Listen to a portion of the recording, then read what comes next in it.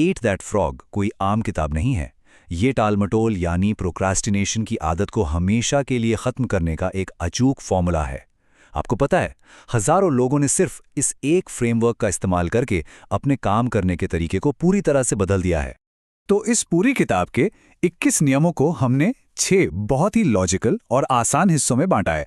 सबसे पहले मेंढक का कॉन्सेप्ट, फिर प्लानिंग और प्रायोरिटीज, उसके बाद फोकस और तैयारी, फिर एक्शन और मोटिवेशन, निष्पादन या एग्जीक्यूशन, और आखिर में एक फाइनल समरी। इससे हमारे लिए इन आइडियाज को समझना एकदम आसान हो जाएगा। चलिए बिना टाइम वेस्ट किए सीधे पहले भाग की ओर बढ़ते हैं, द फ्रॉग कॉन्सेप्ट। अब आप शायद सोच रहे होंगे कि रोजमर्रा के कामों में इस अजीबोगरीब मेंढक का आखिर क्या मतलब है। असल में मेंढक आपके दिन का वो सबसे बड़ा, सबसे मुश्किल और इम्पॉर्टेंट काम है जिसे आप सबसे ज्यादा टालने की कोशिश करते हैं। लेकिन मजे की बात यह है कि यही वो इकलौता काम है जिसका आपकी लाइफ पर सबसे बड़ा पॉजिटिव इम्पैक्ट पड़ने वाला है। तो प्रोडक्टिविटी बढ़ाने के लिए इस मेंढक को पहचानना ही सबसे पहला स्टेप है। और यहाँ एक बहुत ही मशहूर कोट है, अगर आपको 2 मेंढक खाने हैं तो सबसे बदसूरत मेंढक पहले खाएं। एंड दिस ब्रिलियंटली इलस्ट्रेट्स कि हमें सबसे कठिन काम को तुरंत क्यों निपटाना चाहिए। आसान कामों में उलझकर खुद को बिजी दिखाने के बजाय उस काम से दिन की शुरुआत करनी चाहिए जो सबसे ज्यादा चैलेंजिंग है। एक बार जब आप अपने मेंढक को पहचान लें तो आते हैं दूसरे चरण पर, प्लानिंग और प्रायोरिटीज। किताब के पहले चैप्टर में गोल सेटिंग के 7 बहुत ही क्रिटिकल स्टेप्स बताए गए हैं। फटाफट से इन्हें देखते हैं। डिसाइड करें आपको क्या चाहिए, उसे पेपर पे लिखें, एक डेडलाइन तय करें, टास्क की लिस्ट बनाएं, उसे एक प्लान में ऑर्गेनाइज करें, तुरंत एक्शन लें और हर दिन कुछ ना कुछ प्रोग्रेस जरूर करें। हमेशा याद रखिए, गोल्स को सिर्फ दिमाग में रखने की बजाय पेपर पर लिखने से ही वो हकीकत में बदलते हैं। आगे के चैप्टर्स हमें टाइम बचाने के शानदार तरीके सिखाते हैं, जैसे 10-90 का रूल। इसका मतलब है कि काम शुरू करने से पहले प्लानिंग में लगाया गया आपका 10% समय एक्चुअल काम करते वक्त आपका 90% समय बचाता है। इसके साथ ही पैरेटो प्रिंसिपल बताता है कि आपकी 20% काम ही आपको 80% रिजल्ट्स देते हैं। इसलिए हमेशा काम के लॉन्ग टर्म इम्पैक्ट के बारे में सोचें। Now what's really interesting here is the ABCDE method. ये कामों को फिल्टर करने का एक जबरदस्त सिस्टम है। A यानी वो काम जो हर हाल में करने हैं, लिटरली, ये आपके असली मेंढक हैं। B यानी वो काम जो करने चाहिए पर ये अभी सिर्फ मेंढक के बच्चे या टैडपोल्स हैं। C जो करना अच्छा लगेगा। D से डेलीगेट यानी जो कोई और कर सकता है उसे सौंप दें। और E से एलिमिनेट मतलब बेकार के काम पूरी तरह हटा दें। रूल बड़ा सिंपल है, जब तक कोई ए काम बचा है तब तक किसी बी काम को हाथ भी नहीं लगाना है। हमारा तीसरा स्टेज है फोकस और तैयारी। ये फेज पूरी तरह से आपके माहौल और स्किल्स को रेडी करने पर फोकस्ड है। इन चैप्टर्स में आपको अपनी की रिजल्ट एरियाज पर फोकस करना सिखाया गया है। लॉ ऑफ फोर्स्ड एफिशिएंसी कहता है कि सब कुछ करने के लिए टाइम कभी नहीं होता, लेकिन सबसे जरूरी काम करने के लिए हमेशा टाइम होता है। अपना वर्क स्पेस एकदम साफ रखें और अपनी स्किल्स को अपडेट करने के लिए अपना होमवर्क करते रहें।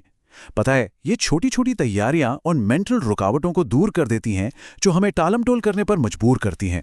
बाय द वे, क्या आप 10 minutes book summary definite books की इस समरी को एंजॉय कर रहे हैं? अगर आपको ये कॉन्सेप्ट्स वैल्यूएबल लग रहे हैं तो बिना देरी किए चैनल को अभी सब्सक्राइब करें। आपका ये छोटा सा कदम हमें ऐसे और भी शानदार एक्सप्लेनर बनाने के लिए मोटिवेट करता है। चलिए अब चौथे सेक्शन पर आते हैं, एक्शन और मोटिवेशन। यहां हम अपनी साइकोलॉजी और अंदरूनी रुकावटों पर बात करेंगे। अपनी स्पेशल टैलेंट्स का फायदा उठाना और अपनी कमियों को पहचानना बहुत जरूरी है। यहाँ सहारा रेगिस्तान को पार करने की एक बहुत ही कमाल की कहानी है, जहाँ लोग एक बार में सिर्फ अगले ऑयल बैरल तक जाने पर फोकस करते थे। बिल्कुल वैसे ही बड़े और मुश्किल प्रोजेक्ट से घबराने के बजाय उन्हें बस एक एक कदम करके पूरा करना चाहिए। खुद पर थोड़ा पॉजिटिव प्रेशर डालिए और हमेशा ऑप्टिमिस्टिक रहिए। चैप्टर 16 एक बहुत ही अनोखा कॉन्सेप्ट सिखाता है, क्रिएटिव प्रोक्रास्टिनेशन यानी रचनात्मक टालमटोल। क्योंकि सब कुछ करना इम्पॉसिबल है, इसलिए आपको जानबूझकर कम वैल्यू वाले कामों को टालना, डेलीगेट करना या हटाना सीखना ही होगा। ऐसा करने से ही उन गिने चुने हाई वैल्यू कामों के लिए जगह बन पाती है जो सच में मायने रखते हैं। अब हम अपने आखिरी एक्शन ओरिएंटेड फेज में एंटर कर रहे हैं, एग्जीक्यूशन और टाइम। आइए देखते हैं कि हाईली प्रोडक्टिव लोग अपने टाइम और एनर्जी को कैसे मैनेज करते हैं। So the crucial point is, अपनी एनर्जी को पीक पे रखना बहुत ज़रूरी है। हमेशा सबसे मुश्किल काम से शुरुआत करें। काम करने के लिए बिना रुके समय के बड़े बड़े ब्लॉक्स यानी टाइम चंक्स बनाएं और अपने अंदर एक सेंस ऑफ अर्जेंसी लाएं। और सबसे बड़ी बात, एक बार जो काम शुरू किया उसे 100% पूरा करके ही छोड़ें। बार बार अलग अलग कामों के बीच उछलने से उस काम को पूरा करने का टाइम 500% तक बढ़ सकता है। No way we want that, right? Chapter 18 में किसी भी विशाल काम को छोटे हिस्सों में काटने की 2 बहुत ही ब्रिलियंट साइकोलॉजिकल ट्रिक्स हैं। पहली है सलामी स्लाइस मेथड, जहां आप एक बड़े काम का बस एक छोटा सा हिस्सा पूरा करने का कमिटमेंट करते हैं। और दूसरी है स्विस चीज मेथड, जहां आप सिर्फ 5 से 10 मिनट का टाइमर लगाकर पूरी लगन से काम करते हैं ताकि उस काम में एक छेद या होल किया जा सके। ये ट्रिक्स बड़े प्रोजेक्ट्स के डर को एकदम खत्म कर देती है। फाइनली हम आ गए हैं अपने आखिरी हिस्से पर, फाइनल समरी। चलिए इन सभी 21 जबरदस्त कॉन्सेप्ट्स को एक अल्टीमेट टेक अवे में समेटते हैं। तो इस पूरे एक्सप्लेनर का निचोड़ यही है, अपना सबसे मुश्किल मेंढक ढूंढें, उस पर अटैक करने की प्लानिंग करें और फिर सिंगल माइंडेड फोकस के साथ उसे खत्म कर दें।